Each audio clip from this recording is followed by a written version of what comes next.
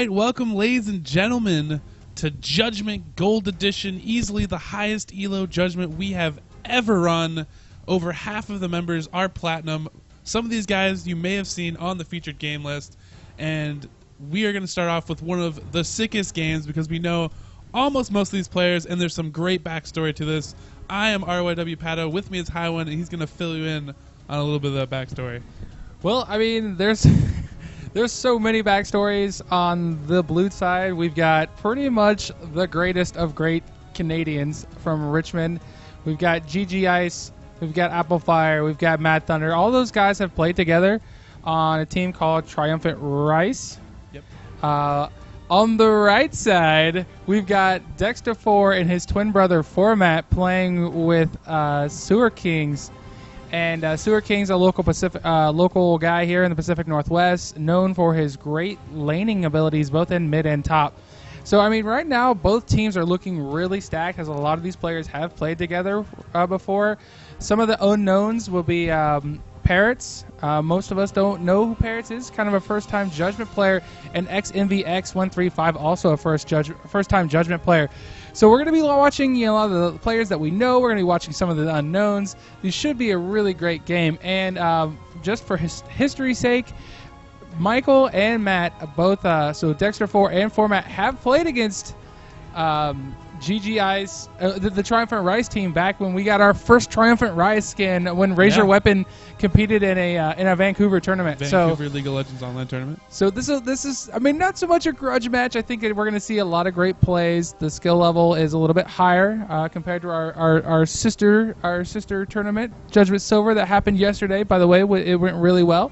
So we're hoping to have another great event. We're hoping to have another great tournament. This first game is already underway with the bands looking at Ezreal, Malphite, Gragas, Diana, Alistar, and Shen. I mean, we're going to see just all sorts of shenanigans. I am absolutely excited because Dexter4, for the longest time, since the inception of Judgment and since Dexter4 and Format have been in the tournaments, they've wanted to be on the same team. Dexter4 has been a captain I don't know how many times. Every time, right before him, whenever he has that chance to draft his twin, just snatched away from him. Someone laughs maniacally, they go on, they win Judgment, because Format is that good. And he's the type of player that's a solid top laner, but we've also actually seen him the last Judgment that he played in the mid lane, actually playing some bruisers and countering some of the AP mids and doing a lot of play there. So the interesting dynamic I'm looking forward to here is, is Sewer Kings going to be in that mid or that top lane, which he can both play very well? Mm-hmm. Or, maybe they throw Sewer Kings top and they have Matt do that really counter, not typical character like we see Fiora mid and all these crazy champions that he's so successful with. And we can actually see him mid and counter people because, players aren't used to seeing that. And, GG Ice, well known for his, I believe it's Aurelia, but I don't know if he's gonna go with that. Or, sorry, GG Ice well known for his bot lane AD skills, typically in the form of Vayne. But it looks like with Graves already off the board, he might be rolling Graves Jaina bot lane. How do you feel about that? I think it's a pretty good bot lane. I mean, GG Ice and Apple Fire actually play a lot together, so that's a very, very solid bot lane for them. They've played together on Triumphant Rice. They play a lot of solo queue, fun normal games and stuff like that. So that tandem, I fully expect that Graves Jaina to be very, very strong lane for them. I'm also interested to see this Olaf. We've seen a little bit of Olaf jungle, and we've also seen him top. The trouble with Olaf jungle is he doesn't quite get as farm as he need to be. But if you do get rolling, he can steamroll an enemy team. So I'm really interested to see how that works and the troll picks from Sewer Kings. So Sewer Kings, in case you don't know, we'll fill you out a little bit on this player. He is notorious for getting accounts banned. I think the first two Judgments he entered, he actually had to switch. He had to play on a different account because the account got banned because he's just that much of a troll in solo queue. So whenever you pick him, all these teams are like, all right, yes, Sewer King, solid player, great performance. But is he going to get his account banned? He's going to have to play on a 1,300 account with 5 champions and one room page. And it's a support room page. And that's true. The funny story about Sewer Kings is all those accounts that have been banned have all been near plat. I would say 1,800 elo or so. Around 1,800 range. They've probably all decayed or have since been perma-banned. But Sewer Kings, a.k.a. Thomas Shu, if you know him in the Pacific Northwest, great solid player. He's a fun guy. I'm not sure what he's doing to get these accounts banned, because I've met him in real life, and he is the most quiet person. He's super shy. Like, You he's see him not, at a- he yeah. doesn't troll. He doesn't rage. He's quite a nice guy. But I bet he's probably like that. It's probably the internet jerkwad theory, like from Pen Arcade. So shout out to PAX we're going to that they came out with, was like, anonymity plus whatever, like a forum to post stuff on, and E-thug. yeah, you're a jerk. They can't see who you are behind that keyboard, so you become whoever you want. And just a little story here about X-Ray. X-Ray plays for Perplex Gaming, a local team in the Pacific Northwest. They're actually, most of their players are playing in this format as well. They're all on a different team. Yep, Team Satsulo. Team Satsulo. And it looks like... what's funny, though, is they had a chance to pick up X-Ray, and they kind of cast them aside. They did. So if they move on, though, in this game, and Satsulo moves on, they will actually get to face each other, and he might get some revenge action in there, which would be really exciting to see. So format, no stranger to the top lane. Is going to be able to counterpick here for being on the blue team, being on the purple team, which is going to put him on the purple side. And with Olaf already off the board, he's going to have to probably roll with York. I'm pretty certain we're going to see York. It would fit the hyper carry comp that we're looking at. He'll probably prove me wrong. Udyr is also well known for Udyr. I'm going to say Udyr or York. What do you think?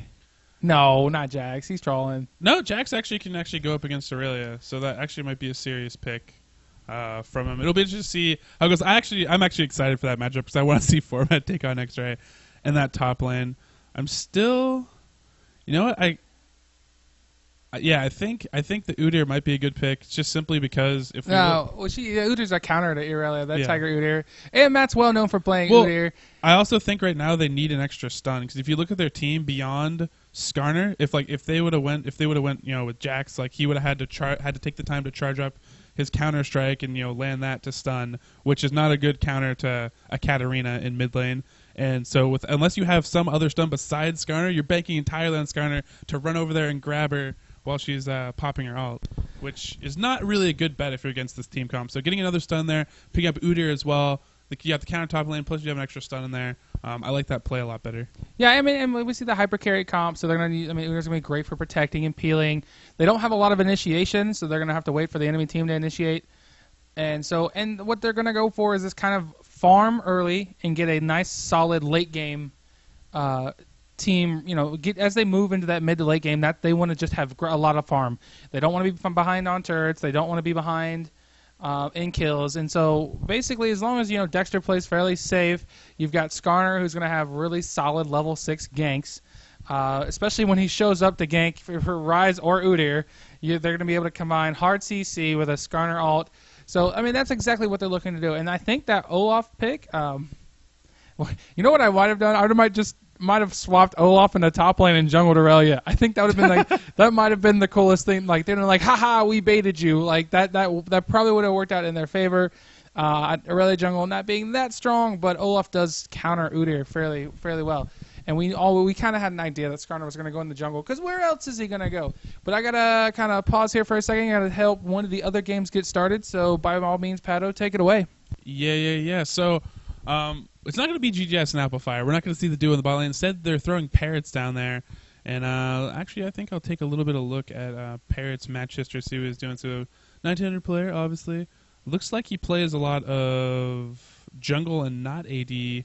Kind of here's at least his match history. Although those are normal games, those are always fun for funsies. Probably running a standard rune page, I assume. Yep. Flat magic resist instead of scaling per level magic resist. That's interesting.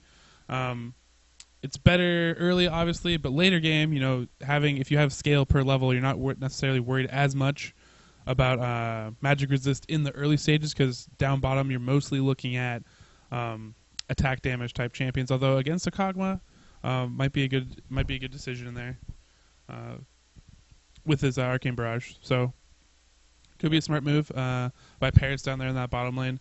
And I'm actually really excited because Amplifier, main's a support, plays a really good Janna. Janna, one of my favorite supports, but also, can actually be very detrimental to a team if, there's not good coordination there, but can be one of the best supports if played effectively. Typically what we see a lot of times in these Judgment tournaments is we'll actually see a lot of safe supports. We'll see the Sorakas, we'll see the Tariks, the pretty much, you're just there to babysit. But in this case, we're actually playing with a lot higher elo players, so I expect that we are going to see. I mean, not that those are bad choices, because they do give you some good lane advantage, and having an easier champion to play is not a bad thing necessarily. But we're going to see a little bit more complex bot duo comps because of this, which I really like to see. Because if you go back to Judgment Silver, which was all silver and below players, pretty much every game was some combination of Soraka, Taric, and some other ADs versing each other pretty much every game. So we're going to see something a little bit different this time, which is kind of refreshing and nice. You can see that ridiculous attack speed combo of Dexter4 and the Blood Boil from Nunu, which should be very, very exciting. And it looks like our game is just going to start up really quickly here. So Team Dexter versus Team GG Ice. This should be a good one. And actually, I'm going to go preemptively switch my overlays because they are punking me, being on other teams. All right, guys, I'm back. Looks like one of our players in one of the other matches is AFK, so they're going to try and find a replacement. They're going to go ahead and get that match started. And so I think right now I'm really excited. I know I say I'm excited, and I really am excited. I mean, I don't know how much how much I could say I'm excited. I'm excited that I'm excited. That's actually a cool cat skin. We looked at this matching, and when you said Highwind, we're going to be casting GG Ice versus Dexter4, I was like, what? Oh, yeah. Like, I got all girly and giggly, and I was like, I'm all fanboy. Let's go. So, I know I've played with every single one of these players in a game, except maybe Parrots and Envy. I mean, so I'm excited because this could, as a caster, I'm casting a game and I'm helping run these events, but it could be me someday if I ever had. Oh wait, my elo is gold. All right, sweet, that could have been me. So, for either team, I'm expecting great things. I'm really expecting great things. Looks like is that Sewer King's rocking the Triumphant Rise. He's like, I don't need this one, guys. I've won a Microsoft's UW store tournament in my day. Here they give away free RP. But both teams, all the gate, looks like they're all going to run mid. This is always a great start for those at home that are tuning in. You always want to send as fast as you can get to mid, because a lot of invades will come straight down mid and roll through the bush. So as a jungler, I like to buy my items and get there right away just to see. Like, so for example, they're going to spot the red team cutting into the bush. So if you can get someone out of the gate just to view that, they'll be able to see that. The second thing you want to do is, as a support player, and I don't know if we're going to see it, but a lot of times you can preemptively ward. And Parrots is like, I know you're there. Well, how about a little buckshot to the face? And that's the biggest difference between higher elo players and lower elo players is it's even without vision, they can anticipate what the other team is going to do. In a lower elo format, you're going to have less communication, and it's not so much less skill, it's just less experience in the format. So these players all have experience at this higher level. They understand invade tactics and mechanics. I mean, not so much leashing, but we say last hit mechanics. This is what you're gonna see is just an overall cleaner, crisper, higher level of play. That doesn't make these guys. Well, I mean, it does make them better players per se. Stop trying to be nice. They are really good players. We can be nice to them in that way. Really, yeah. It's just, and so this is what we're gonna. This is what as Highwind. I am Highwind. As Pat and I might try to point out through some of these games, is these smaller things that you can look at to possibly improve your game. Yeah, I mean, even little things like instead of buying their items right away, they actually run out further on the fountain, get as far as you can to buy your item, then buy their items, and actually gives them a head start so they can actually reach out farther on the map quicker. And so all those little things, those are the things you're looking for in all this high-level play. That's what separates them. It's not necessarily like the big, grand overall things that they do better, but it's like the little things that they do better. They give them those little advantages over one another, and then that's how they win their games. Yeah, and it's kind of like splitting your drones in StarCraft. Actually, I don't know if it's splitting your drones. StarCraft 2 doesn't matter as much, but... All right, Brood Wars. Yeah. But yeah, the little things, they do count, and I am really excited for this game. Obviously, we've said it enough, and I'm really interested to see what happens with Thomas here in the middle, because his rise is pretty dang good, and GG Ice has been really liking this new Katarina ever since the new rework.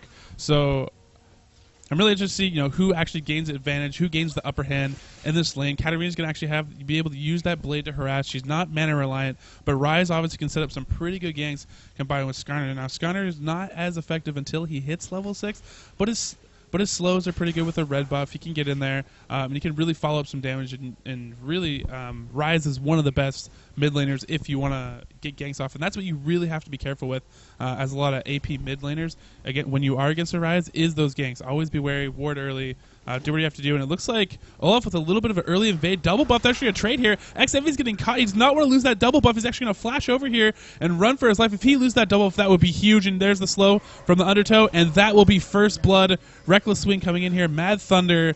That is a big play for the blue team. Those kind of advantages are huge. Now, the double buff refreshed on him. Luckily, it didn't go to, X-Ray or someone else that was in lane, I had a which really would collapse. have been 10 times worse. But in this case, what is going to happen, the bad part is that, the enemy jungler, Envy that we saw there, he's going to be really behind now. Because not only did Olaf get that kill, he refreshed his buffs, Envy lost those buffs that he's normally going to have to farm his jungle, plus he got his jungle stolen by Olaf as he rolled through there. Olaf leaving behind a Wraith, I believe, in the Wraith's camp, so he's going to run down there, have to refresh the camp himself, and, that's not a thing you want to see as a jungler. And as a jungler, that is the worst feeling in the world. And that's the thing you'll expect, you'll come to know is, sometimes you're either going to get invaded, sometimes you're going to get counter jungled, and you need to be prepared for that. And as higher level junglers will know what the other jungler is going to do, because they're thinking like, well, what would I do in this case? So that is unfortunate, and it could be, and that, like you said before, it could have been more unfortunate. Had it really kind of collapsed there and picked that up, whew, I could just imagine format raging. Yeah, You're like, the what are you groaning, doing? You just gave double buff to my lane. The I've groaning heard it would be intense. I've done it before. I've been that jungler.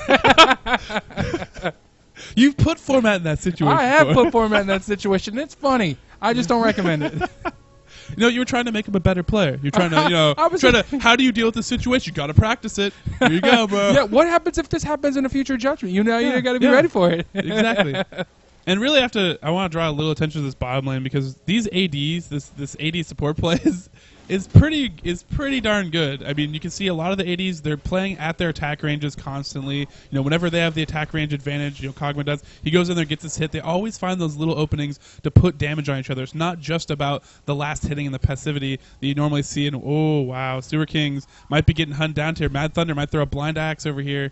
It looks like no, he's just going to keep counter jungling because when you are ahead, this is the best way to do it. Olaf actually has a really fast clear with those axes. They're AoE. You get to pick it back up. You get that really short cooldown, especially combined with the blue buff that he restacked earlier. So he's just going through there, counter jungling as much as he can and putting Skarner behind as much as he can. But Envy's actually going to be able to get some experience from this mid turret because Sewer Kings is backed up, which will be a nice little saving grace for him at least in these early stages. Yeah, and that's not quite a strategy. It's just kind of a bonus. It's going to suck for Sewer Kings, who's going to miss out on a little bit of experience because he did have to back. But Skarner's now going to get closer to being 6 faster, and that means he's going to show up, make his presence known when he's yanking. And poor Envy is just not having any luck. It's not his day. Yeah, Olaf is just all over his jungle. He's countered wolves. He smite countered the big wraith. It's just like, hey. And this is a winning strategy, by the way. It happened to me when I was playing against solo mid. TSM. Yeah. When TSM and Oddwin says, you know what, I'm going to play Shyvana, and I'm going to make sure Highwind doesn't get any of his buffs. As a matter of fact, he doesn't get any of his big jungle camps either. And it was a lot of fun to get stomped that way. With 2,000 people watching, yeah. Mm-hmm. Yeah. But it's a good story. It's a good story. And you get to reflect on it now. You learned. You're a better player because of it. And that's the fun part of judgment. Typically we don't have these just absolutely stacked high elo type of games. In which case, very much the lower elo players, they get to learn from these scenarios. And even at the higher levels, like obviously Envy's he's probably experienced this before. I'm not gonna put it past him, but this, if he is able to pull this off, he's able to come back. Maybe he's able to talk to his team. They're able to give him some tips here to get him back in the game. This would be a valuable experience for him, which it's the fun part of judgment. A lot of players, these aren't pre-made teams. They were drafted before the tournament started. So even though some of these players, as we pointed out before, have played together. For a lot of them, communication's new. This is round one. They have a lot of new players, and they're just trying to figure themselves out, feel each other out, and then try to hit their stride moving into the later games. And what we just noticed was Mad Thunder getting in there, counter jungling, taking that blue buff really early. He had that timing down, and that's the thing you know about junglers. When you know where they start, you can always tell where their static respawn is. If they take their blue buff at 2:15, it's going to be back up at 7:15. And so Mad Thunder was there. He's already knows the Skarner's behind. He could have had Katarina come in and collapse, and oh wow! Here's the dive. The dive is on. A lot of focus on the Dexter. He's going to take the ult. He's going to flash out. He might be able to escape this, but Nunu is not going to be able to. And it looks like, yeah, Pear is actually taking a lot of damage from that turret, but they're alive. That's a successful gank. And Mad Thunder really throwing his weight around. He's actually, not only has he taken all the blue buffs essentially now at this point, but he also is level 6, so he's even with the dual bot lane, which is something you really like to see from a jungler. And now they might actually just convert this right into a dragon, which this is looking like a pretty solid, well played out game. This is not, most of our other judgments we've pointed out before, it takes a little bit while for dragon to fall, but these guys are just like clockwork. Let's do this. Take advantage, snowball it as efficiently and hard as possible. And as we look here, they're just barely 2k gold ahead at this point, but at 9 minutes in, that is a lot of gold. And that's something like you said we don't see in a lot of games. Even in our standard judgments where we do have higher elo players amongst lower elo players, it's just the coordination here is at such a higher level that these teams know we have an advantage. We can take dragon now. Do it.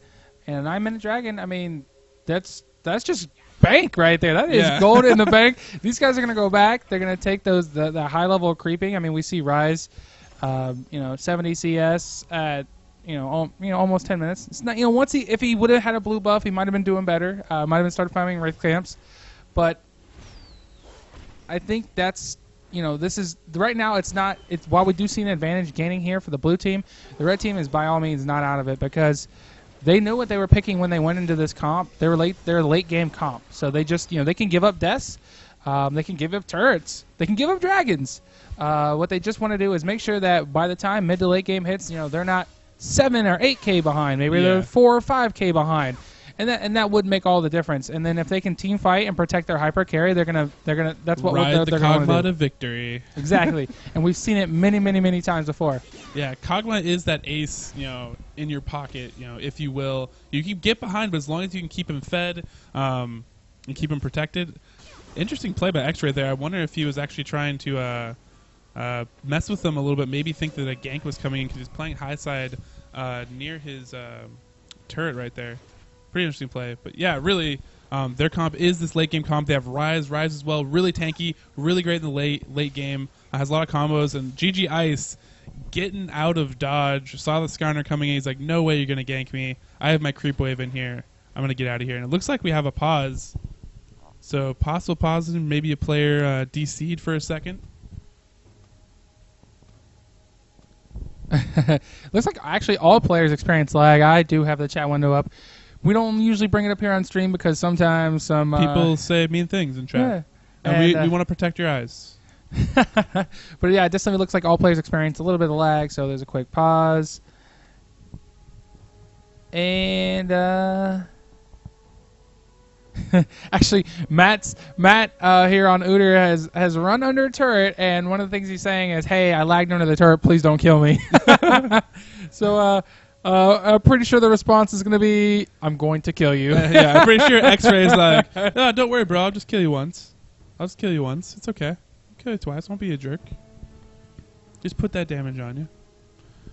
Yeah, so for any of you that have tuned in that don't know what Judgment is, we've kind of kicked off, ran into it. We ran Judgment Silver yesterday.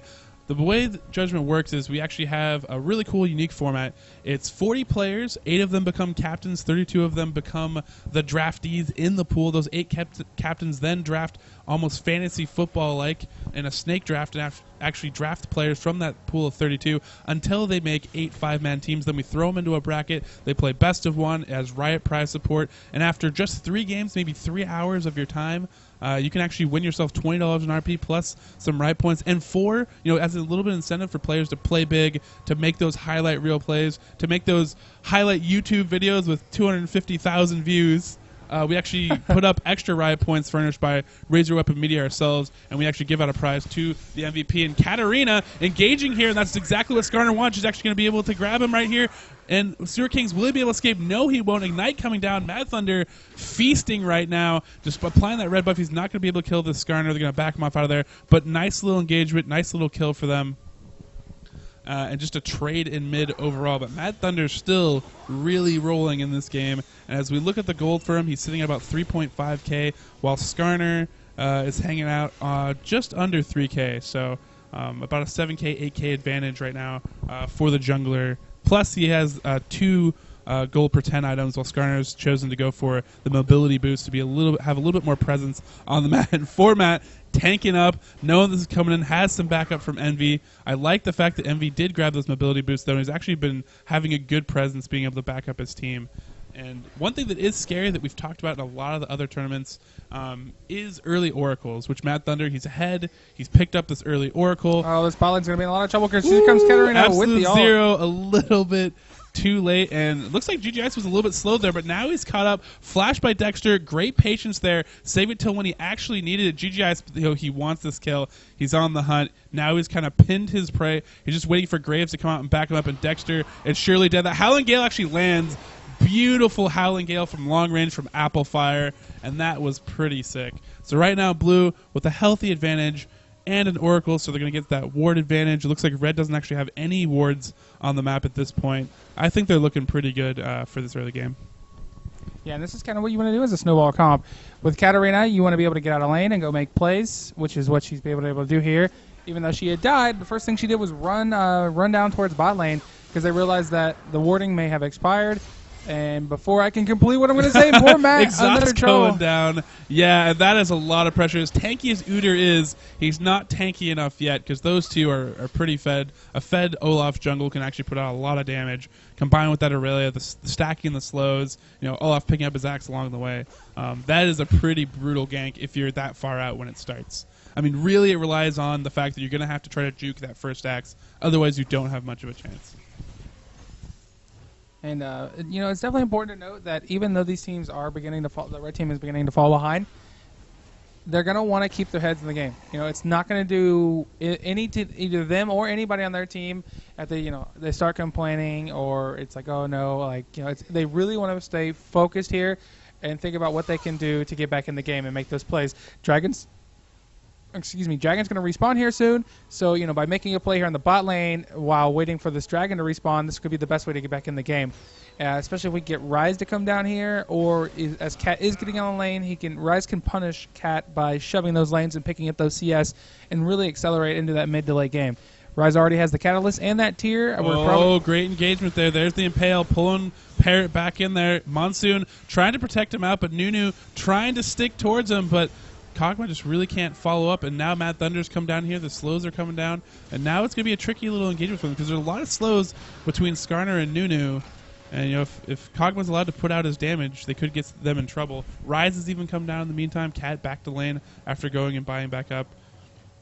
Plus you got Kog'Maw's Ooze as another slow. Oh, the catch of Mad Thunder there. Living Artillery coming in. Arcane Barrage. Will they be able to pick him up? Just going to barely run out of range, it looks like. It looks like Mad Thunder's actually going to be able to get out of this, and that is crucial for him because right now he has double buff and oracles. That's like happy birthday if you catch that. And if GG Ice actually lands this correctly, there's not a lot of stuns for him left. So, oh wow, they sniff out that absolute zero, jumps out back to his team. If GG Ice can get off a good ult, this could be really, really clutch. But I don't think the rest of her team has enough health to actually back her up here. It looks like Red's going to back off. They'll be safe. And they might have to give up Dragon if they decide to back. But it looks like both teams just deciding to back off, farm up, and take the safe route. Janna going back as well. Graves just farming up a lane when it's absolutely free for him to farm. Yeah, it was definitely a great skirmish. A lot of the players understanding where they need to be, what they need to do to not die, and get in and get out as needed. Meanwhile, it looks like Aurelia is going to go ahead and take this turret a little early. That's good news for format because what it's going to allow him to do is freeze his lane. Udyr is really good at freezing that top lane. Bad news is that means Aurelia is going to be able to go back to base and they might head towards Dragon, which is just respawned. Yeah, it's going to open up the ability for X-Ray to move around on the map, have more of a map presence. And then the other problem too is Aurelia. If Aurelia's ahead, she has really great dive mechanics. And Kog'Maw, beyond his flash, he does have that slow. But Aurelia is a really, really tough person to peel off of you, so they're really going to have to focus on that if she decides to dive in there. And that's a scary proposition. X-Ray getting fed is not something that the red team wants to look forward to here. And I did note that Skarner has picked up the counter oracles, and this will be great because that's going to allow them to either regain map control and not fall further behind due to lack of work vision. Yeah, it looks like both teams setting up here. Blue team has started the Dragon. They're going to take a little bit of damage from that. Dexter just poking in here, but I don't think they're actually going to engage. Dragon going down too quickly. Not everybody on red team in there, and they don't actually have 5 members because Format is up in that top lane trying to farm up and push that lane. So blue team picking up a Dragon. Then we might see them start to press on to some of these other turrets, but they're already in the enemy jungle, and some good warding actually coming down from the red team, although Dexter needs to be careful because he's running down towards his own turret, and that's actually not a safe place to be if blue decided to go all in. But it looks like blue is massing up in mid, and if they want to take this middle turret, they probably could easily do it. Yeah, and so what Udyr's going to want to do top is continue to pressure this top turret. They're going to want to pick up that gold from that counter gold, but since they've lost the first 2 dragons, unfortunately they're also going to lose mid turret. I think one of the things they would want to do is when they note that they're all clumped up there and they've committed all those resources to invading the blue or the red team's jungle, that it would have been a logical, it would have made sense for them to then go ahead and take that mid turret. And so I think Michael returning to lane and Nunu also going to that bot lane, that might have been a mistake, especially if Kog'Maw gets caught here. Actually, he's probably safe. But yeah, it's going to cost them that mid turret. But with Dragon down, that's not a big deal. Now that with the outer tier turrets, the top and mid outer tier turrets down, if those lanes begin to push, you can then see Udyr and Ryze now have an ability, an opportunity to free farm, is provided they have the vision. Because what they're going to definitely be afraid of here is that Oracle roaming, super fed Olaf by the name of Mad Thunder. And I think they're going to set a trap here. I think they know that the red buff for the red team is going to respawn soon. Yeah, Mad Thunder's had those buffs down like clockwork. Oh no, poor Matt sniffing it out. He's gonna have to fight underneath the turret. But I don't think it's gonna be enough. There's way too much damage left over there between those 3 champions. And, Sewer King's going to show up just as a token, like, hey, I'm supporting my teammate. But really it doesn't matter. Blue team doing a great job of roaming, picking off players, not letting Format farm back up. Because typically a common mistake is that, you take that top turret, you roam around, you start focusing on other objectives, and you kind of let those top solos, kind of catch back up in the game. They get to free farm up there. That's not what you want to do. Even when they took mid turret, they actually X-Ray actually went up top and said, hey, you know what, I'm not going to let you just keep pushing my turret and free farm. I'm going to come up here and keep you honest. And those kind of plays, keeping tabs on characters like that. Also, Kog'Maw is a big one, too, that you want to keep tabs on. Don't want to let them, that advantage that you've built in the early game, slip away because you kind of forget about a champion for a second. And, we've now, with those outer tier, those tier 1 turrets going down, we start to see us move into the mid game. The second dragon's already been taken. What we see here is, with this snowball comp, the blue team can now really take even more control advantage, because what can happen is if they win one more team fight, one more skirmish, whether it's the next dragon or whether it's somewhere in lane where they get a nice roaming gank, what they can do then is turn that into inhibitors, or they can turn that into a Baron. And so that's exactly what they want to do now that they have snowballed so early in the game. As we move to mid-tier, we can see that there's almost an 8k gold deficit. Turrets mean nothing to this team now, as they're going to go ahead and pick Michael off. Yeah, I mean, Dexter was not long for this world. There's nothing he could really do there. No team to back him up. He's too far out. No wards, because really they just keep getting removed by Mad Thunder and his team. Just clearing those out, doing a great job. And this is pretty solid systematic play. I mean, getting an early advantage and just taking it all the way. Mad Thunder's actually looped around back here. Now he's going to fight Sewer King. Sewer King's going to probably throw his full combo and be able to survive, combined with that spell vamp in there. And oh my gosh, Envy just pretty much gets melted. This news like, I don't even know why I tried. I'm just going to run around. I'm going to pretend like I'm a buff for this turret. I'm just going to die gracefully. Yeah. And blue team just pressing it home. Huge advantage right now. And It'd be really hard for the red team to come back. Just not that at this point we kind of reached the stage where teams kind of have to start making mistakes for you, overextending their pushes, stuff like that. So red might be able to look for that and capitalize, but really they have to count on blue team making a mistake, which so far they've proven that they've been able to make some good plays. But now this might be a chance for them to pick up a kill, and no, it's not. Blue team working together very, very well to escape out of this. Mad Thunder almost dying, so close to death, and one kill they have given up right now. So GG Ice right now the feeder for the blue team. Yeah, definitely. If this game ends right now, I would say report GG Ice for feeding. And we've all been in this situation before where we're really far behind, whether it's in solo queue or maybe even a ranged setting, and it's really easy to lose focus. Right now there's still one thing going for the red team. And that is that their Nexus is still up. So yeah, hey, that's a positive note. That's a good thing. They can still sit back. They can still have the opportunity to gain gold. They can still have the opportunity to get to the gain levels. There's obviously they're being out leveled. They're being out farmed. But they still have a shot at this game. And when all's said and done, if they can stay alive long enough to get those levels and start to acquire some of those higher tier items, then if they can pull off a good team fight, they have a shot. The one thing they want to do is make sure they don't give up, maybe Baron or an early inhibitor.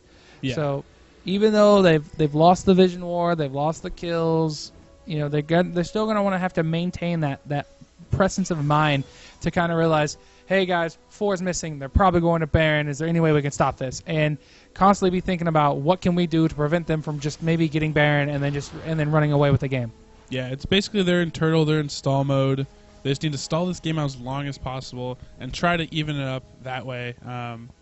And try to blunt the advantage so far that but Mad Thunder just doesn't care. He's like, I'm just going to dive you. I don't care how many teammates you have here. GG Eyes going there, blowing up the enemy team, getting dragged underneath a turret, a little foolhardy there, but the rest of the blue team has decided to show up. Parrots actually might get focused here, a little bit lagging behind his team, but Dexter's come in a little bit too far, gets exhausted, flashes out. It looks like he will be saved. Mad Thunder still wants Dexter, still wants this Kog'Maw. He's going to get it, probably pick up another kill here, and blue team just running rampant in the red team's base. Format the lone survivor, dodging an axe to barely survive. Looks like Extra is going to tank this for his team so they can get out of here. Luckily, or will he? Oh, scumbag X-ray, scumbag X-ray, and Applefire possibly not shielding him. There was a lot of apparently they don't like him that much. They're not a big fan of Mad Thunder. Yeah, there's definitely a little like friendly trolling going on here. No, go, bro. I got you. You're totally safe. Yeah, You're totally safe. Go ahead. Yeah, I'll take this turret for you. Psych. And I was sitting there thinking, I was like, well, if Icathan Surprise does kill Olaf, they're gonna get that Oracles. They're gonna get that godlike bonus. It would be the best thing for Kog'Maw, right? And outside of having already died. He did end up getting a kill though, because that the turret didn't work. Unfortunately, Zayla is just unable to really kind of get out there and play wards. And we always talk about playing from behind and how much it sucks. Yeah. Playing from behind and being a support is the worst. Because you're like, what am I going to do, guys? The best thing I can do is buy wards. And oracles. And I'll probably go get picked off as I try to place them. Yeah, which really you have to move as a team, especially at this stage, if you want to place down wards. It's necessary. Even for Baron, everything, you need an escort. Going and placing a ward by yourself is just asking to get murdered, especially when the enemy team's roaming your jungle constantly and even diving your base. At that point, I'm like, we need the whole posse, otherwise there's no way I'm actually going to go in here and try to place the ward. It's too dangerous, especially if you decide to invest in stuff like oracles. It can be a big nuisance. So blue team looks like they're setting up on this bottom lane. Now, the good news for red team is they actually still haven't they've dove them, but they still haven't cracked one of these base turrets. I think if blue thought about it for a little bit, but because they took so much damage, Mad Thunder fell, they weren't actually able to pressure the turret after they were able to get those kills. So red actually doing a good job in spite of the fact that blue's kind of having their way with them. And if blue gets a little bit too lackadaisical here, that Kog'Maw gets that late game, and they're going to be hurting. Rise also a really great late game champion, can become really hard to kill because he's so tanky and builds up so much spell vamp combined with his ult. It gets really ridiculous to deal with. And I know we haven't talked much about item builds. One thing I'm noticing is a kind of a lack of Frozen Heart here on the red team. Normally you'll see Rise build Frozen Heart, but it looks like between Rise, Nunu, and Skarner, no one on the team has a Frozen Heart. We do see the Glacial Shroud on Skarner, so he's probably working towards it. But definitely a Frozen Heart would help.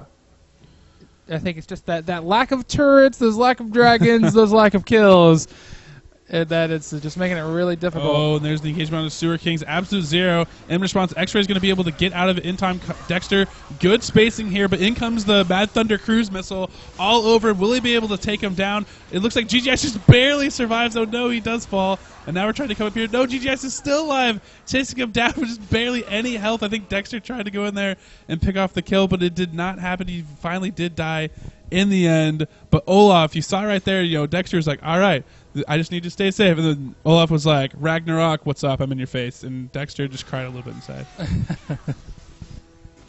Because, that's the strength of Olaf, right? You get him fed like this out of the jungle, and then the problem is like, not only do you have a sick diver in Aurelia that you would have to deal with because she's in top lane, but now you have a ridiculous diver in Olaf as well, coming from a fed jungle stance, and he pops Ragnarok, and then you can't peel him. He just runs at you, and you have to try to get spacing for as long as you can, try to run it out, and then after that, he's kiteable. But then even after that, if no focus was put on Aurelia, then Aurelia starts diving you. It just becomes this ridiculous dance of doom. Yeah, and so I really like what, Team GGIce has done here with the Mad Thunder Olaf pick. They realized that Kog'Maw was the red team first pick. They said, look, they're going to run a hyper carry comp. What can we do to stop that? I know. Let's pick bruisers that have CC reduction, or how about just they can't CC you. Yeah. And so they've done really well in setting up their team comp. And the steal could be clutch. They've actually taken a lot of damage at this Baron. This could be exactly what red team needed. They're coming in here. They're focusing a little bit on parrots. In from the back comes X-Ray, though, and they're actually just absolutely getting demolished.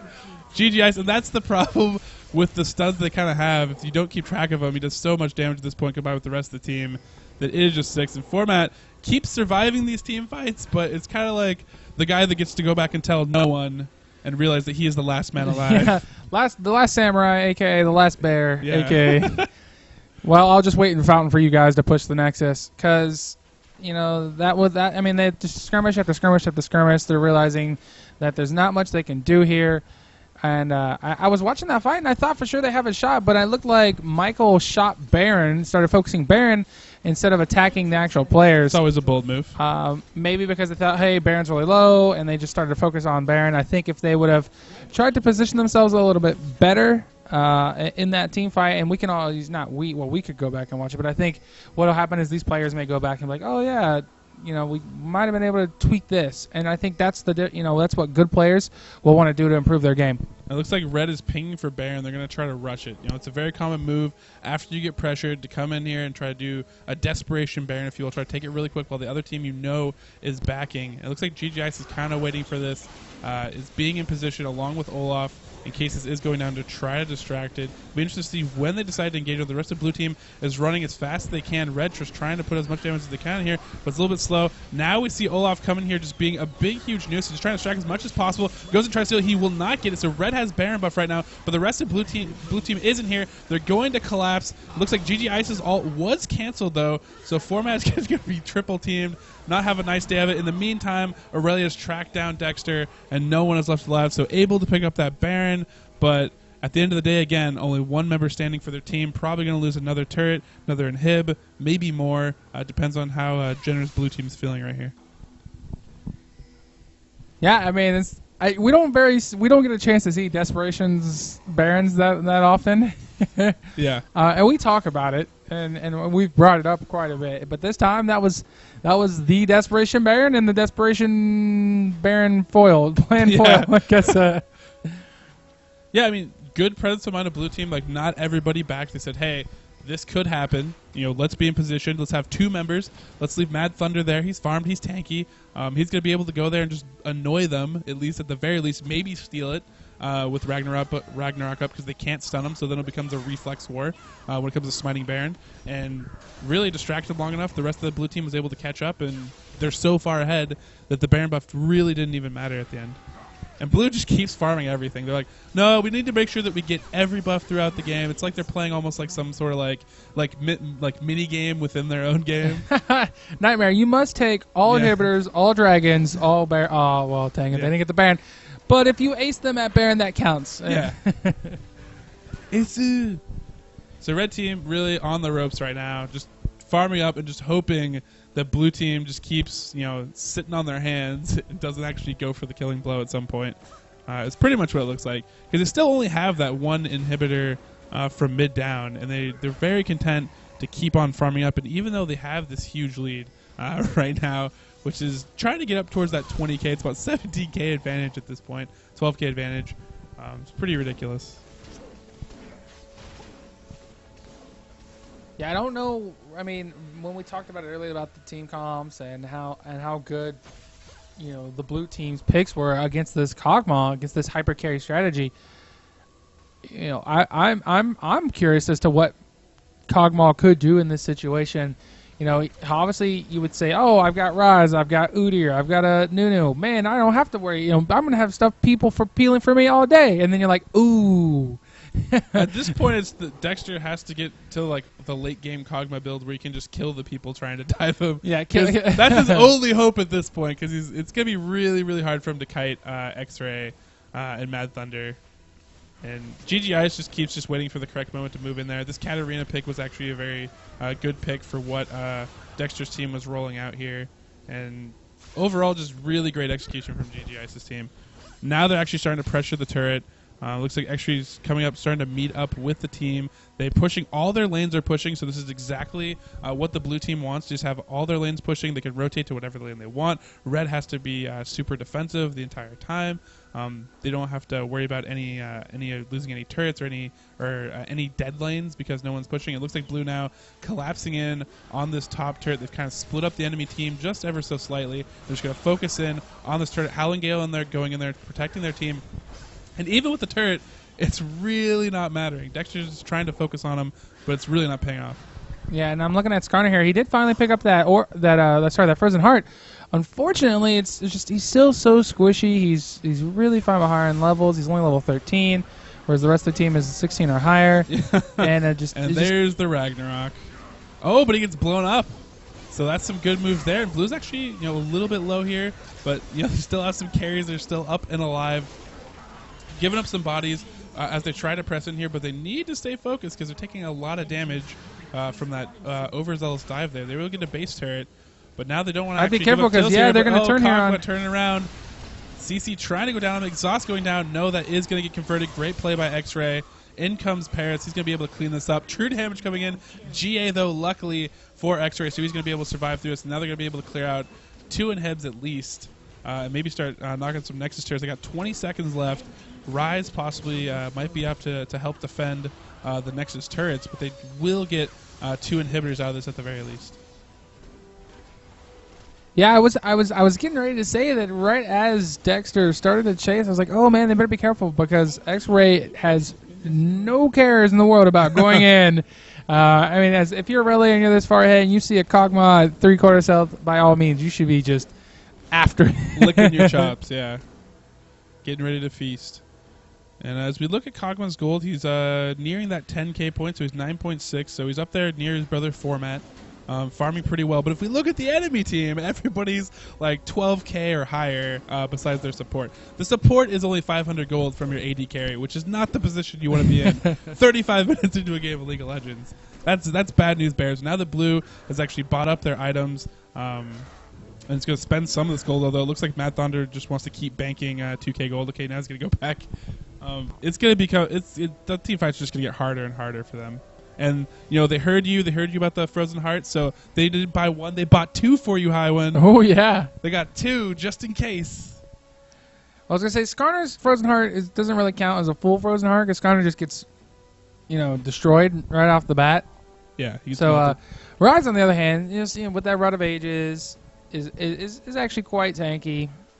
And now with he's got the Merc Treads and with the Frozen Heart, so that Frozen Heart counts. Yeah.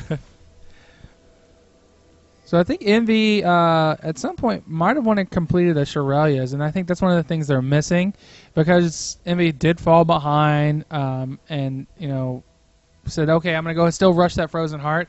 I think what I would have done is realize that Rise is gonna go for Frozen Heart, and it's pretty standard in a Rise build. And normally you don't see that from a mage, but it's one of the things you think about when you have Rise on your team. And I would have gone for more of an initiation or counter initiation tool in the form of Shirelia. It's going to give you a little bit more health. It's going to let you get in there, ult, and then ult back, because you're going to have that move speed buff. And so you can grab them and then run even further back. It's not like you can use your Skarner ult and flashback. Yeah. So I think I really like Shirelia's, or even some more damage on him. The thing is, he fell so far behind. Off here. It looks like he is going to be GTI's going in there. X-Ray tanking the turret. Absolute Zero trying to go off, but great Monsoon to actually cancel that. Now they're getting pulled out from the turret, which is not necessarily what they want. They're kind of getting baited out here. The red team going all in here, but Matt is very, very tanky. He has farmed very, very well, but great spacing actually here. But X-Ray bided his time. Now he's all over Dexter4. He's going to be able to pick him off. He's going to take some of that true damage, though. In response, he is going to fall to Rise. Parrot, though, still up. Matt Thunder needs to be very, very careful. A lot of members still low for this blue team, but Parrots, as the AD carry, still going to be able to put a lot of damage. He's underneath the turret, and he dashes out. And he just barely survives thanks to that Janna bubble. But will they be able to trade? It looks like Sewer Kings will be able to pull this off. And all that is left is Applefire after all is said and done. And she's going to take this turret. She's going to get that AD, that free BF sword, start rolling in there. I did want to point out that was the third member for Team GG Ice to go godlike in this game. So wow, if we were running KDA contests for this game. Yeah, so we're going to go ahead and say that Team Triple Godlike is going to move on here. Dexter4, your team played well. Obviously some trouble in the jungle. So not being able to have that jungle presence that you guys needed to stay and farm well in the laning phase. And I think you guys know this. I don't have to tell you this. You guys are going to probably go back and watch it. Be like, no crap, Highwind. We know. And to be fair, it's not, this kind of stuff will happen to a jungler, but, it's just one of those moments where it's like, if the enemy jungler is good enough and he takes advantage of you, there's not many things that can happen, and scenarios like this does happen. So it's not necessarily that Envy's a bad jungler player, but this game it's just Mad Thunder happened to get the better of him. I would say it's not so much that Envy is a bad jungler. It's just Mad Thunder made some amazing plays. Yeah, Mad Thunder. And if we were thinking about, hey, if this were the finals, we'd be sitting there thinking like, wow, I'm expecting to talk to Mad Thunder as an MVP. Because really he set up the game, the pace, the tone, everything off that first kill and all the counter jungling and lane presence he did have. He took. I mean, Skarner doesn't normally show up in lane anyways before 6. Unless I'm playing him, and in which case I think at level 3 always, regardless. Sometimes level 4, but yeah, I think we're gonna go ahead and say with the Sparrow buff that it's just about over. Although we might see one last ditch fight. The fat Yordle is singing. This is all sorts of trouble for the red team. But they're gonna make one last ditch effort. They've lost all their Nexus turrets. Dexter's almost already dead after one dive from X-Ray, but he spaced himself correctly. He's backing off out of this. He's looking okay, but now he's actually blown up entirely by the rest of the blue team coming in here. GGI's rolling in there. Howlin' Gale coming in, trying to protect some of their team. Sewer King's doing work. That Rise, so potent and tanky and strong. And X-Ray now dying to the fountain, and this should be game. Congratulations to GGI's winning a 40-minute game. But that was an epic game. Just, it's like they got him underneath their foot, and they just did not let him up at all throughout the entire game. And I'm sure that, mentally, at least for Dexter's team, it's probably a long, grueling game to go through.